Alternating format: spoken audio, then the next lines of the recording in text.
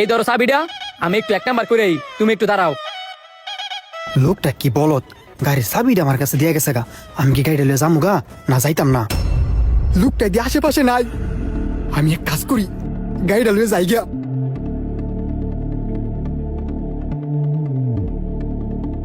কি ব্যাপার, গাড়িটা স্টার্ট লইতেছে না কেরে? লোকটা আইলে তো তোরা ফিরে যাবো গা। স্টার্ট লো বাবা, স্টার্ট লো।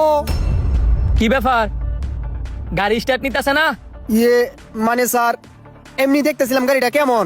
গাড়ি এমনিতে ভালোই, কিন্তু গাড়ির নিয়ন্ত্রণে সবকিছু আমার এই মোবাইলের ভিতরে। তোমার আর দেখতে হবে না, এই দিক দিয়ে নাইমে আসো। আজকে আমার খবর আছে, কি না জানি হয়। তুমি কি ভাবছো আমি বলত না বোকা? ভাবতেই পারো যেহেতু আমি প্রস্তাবের নাম কইরা চাবিটা তোমার কাছে দিয়ে গেছি। না স্যার, তেমন কিছু না। তোমার ইন্টারভিউ নেওয়ার কথা ছিল আজকে, আর এটাই ছিল তোমার ইন্টারভিউ। তুমি তো এই পরীক্ষায় ফেল করছো। এই গাড়িটা হইছে আমার কাছে সামান্য বিষয়, আর তুমি এই সামান্য গাড়ির চাবি ফেয়ে লোক সামলাইতে পারছো না।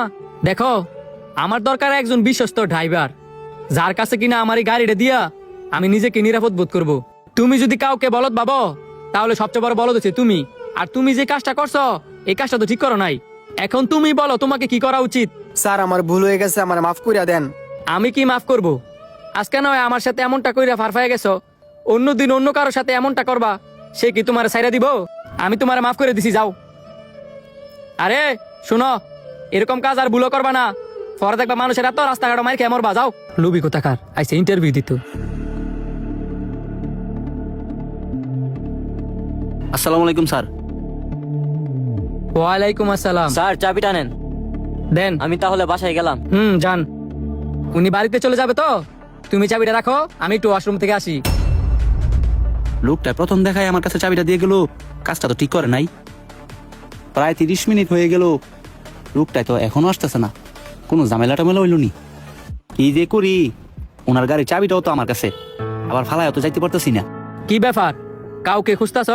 জি স্যার, আপনার জন্য অপেক্ষা করতেছিলাম। গাড়ির চাবিটা দিয়ে গেছেন 1 ঘন্টা হবে, আমি তো গাড়িটা নিয়েও যাইতে পারতাম। সেইটাই তো ভাবতেছি, তুমি আমার গাড়িটা এখনো না নিয়া আমার জন্য অপেক্ষা করতেছো কেন? কারণ একটাই, গাড়িটার মালিক আপনি, আমি না। আপনি যে বিশ্বাস করে গাড়িটা চাবি আমার কাছে দিয়ে গেছেন, আমি বিশ্বাসটা ভাঙি কিভাবে? এই যে আপনি বিশ্বাস করে আপনার এত দামি গাড়ির চাবিটা আমার কাছে দিয়ে গেছেন, এই ভুলটা আর কখনো করবেন না।